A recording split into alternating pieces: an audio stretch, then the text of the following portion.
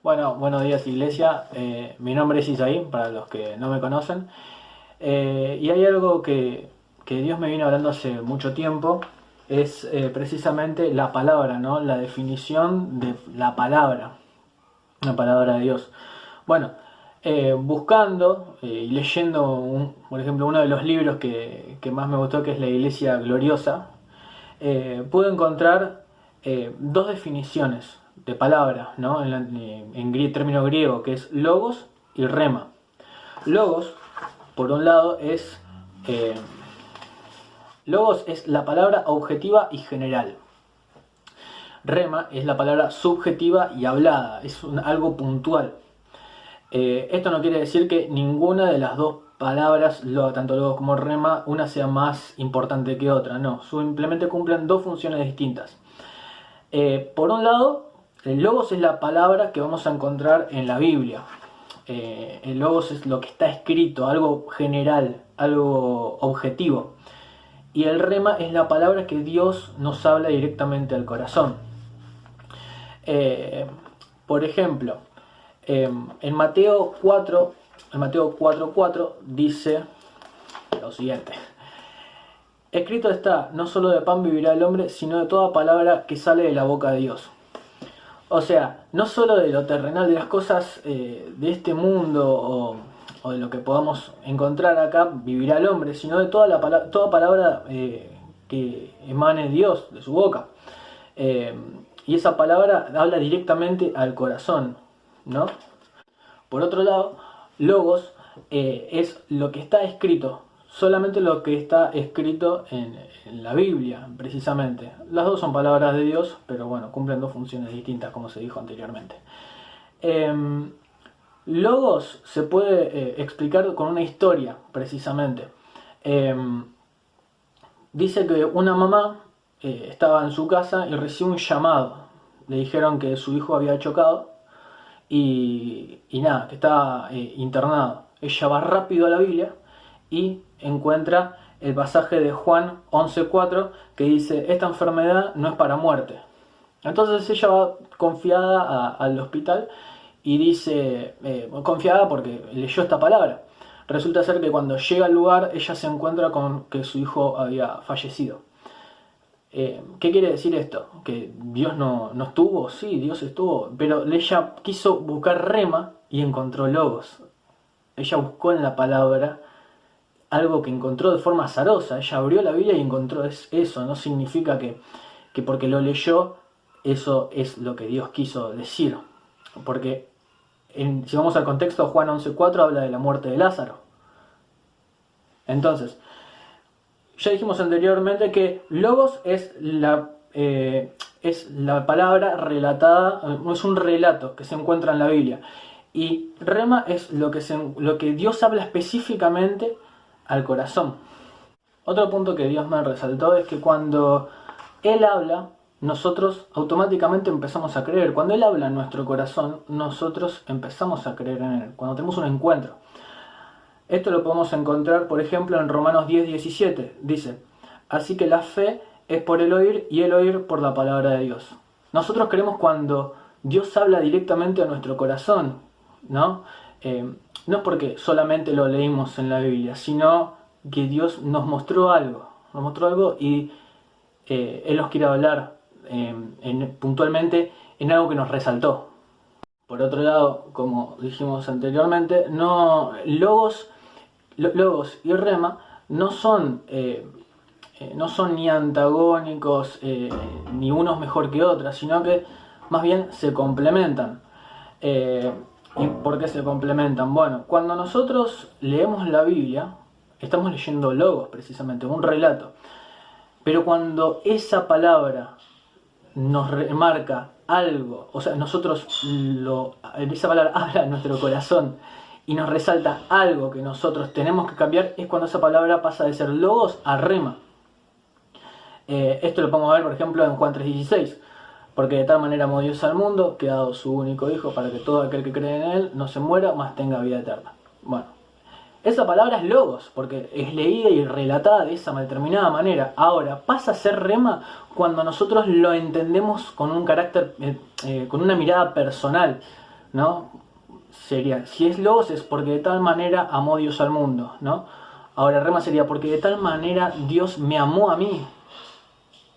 Es cuando yo entiendo en mi cabeza que Dios me amó a mí, ¿no? Por eso, la palabra pasa de ser logos a rema cuando habla a nuestro corazón y toma un carácter personal. Otro punto que el Señor me remarcó es que su palabra es espíritu y vida, ¿no? El rema es espíritu y vida. El pasaje se encuentra, bueno, en Juan 6:63, cuando dice: las palabras que yo os he hablado son espíritu y vida. Las palabras que Jesús habló. Ahora, a todo esto me surge a mí una pregunta, ¿no? Por ejemplo, los judíos tenían el logos, ¿no? Sí, ellos tenían el logos, porque ellos conocían la ley y la palabra a la perfección, pero les faltaba el rema, la palabra que Dios les hablaba, les habla, su espíritu y vida. Él a través de la palabra nos habla, pero solo el rema es el que transmite espíritu y vida. Cuando Dios nos habla por el logos y pasa a ser rema porque tiene un carácter personal, lo puedo empezar a adoptar como propio. Otra cualidad del rema es precisamente de que el rema nos revela algo de nuestro corazón que tiene que ser puesto a un examen, puesto al proceso de purificación, ¿no? Porque bueno, a lo largo de nuestra vida nosotros vamos dando tiempo a cosas que no son de Él, o sea, el trabajo, los estudios, a veces los vicios, son cosas que van llenando nuestro corazón y en ningún momento le damos tiempo a Él o el espacio que Él necesita de nuestro corazón. Entonces Él, a través del rema, nos va a hablar qué cosas tienen que pasar por el proceso de purificación. Y Él va a ir limpiando nuestro corazón a través del rema, va a ir limpiando nuestro corazón para que Él pueda tomar ese lugar. El último punto que bueno, Dios me mostró a lo largo de estas semanas es que, bueno, Jesús todo lo que habló era rema. Hace 2000 años atrás, todo lo que salía de la boca de Jesús era rema. O sea, hasta la más mínima cosa, todo era rema.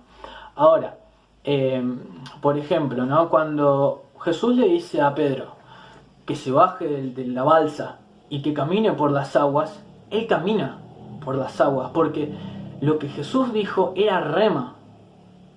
Era Jesús pidiéndole a Pedro que camine por las aguas, y él lo hizo. Ahora, yo leo hoy este versículo y lo leo re compenetrado, con toda la fe del mundo, y voy a la pelopincho y voy a intentar caminar, yo me voy a caer. Porque es logos, yo lo leí. No es algo que Dios me habló a mí, que Dios me dijo caminar por las aguas, no. Es algo que yo leí, nada más.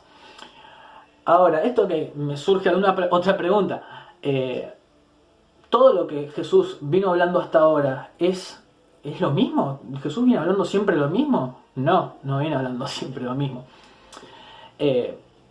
A la respuesta precisamente está en Lucas 24:8, que dice: entonces ellas se acordaron de sus palabras.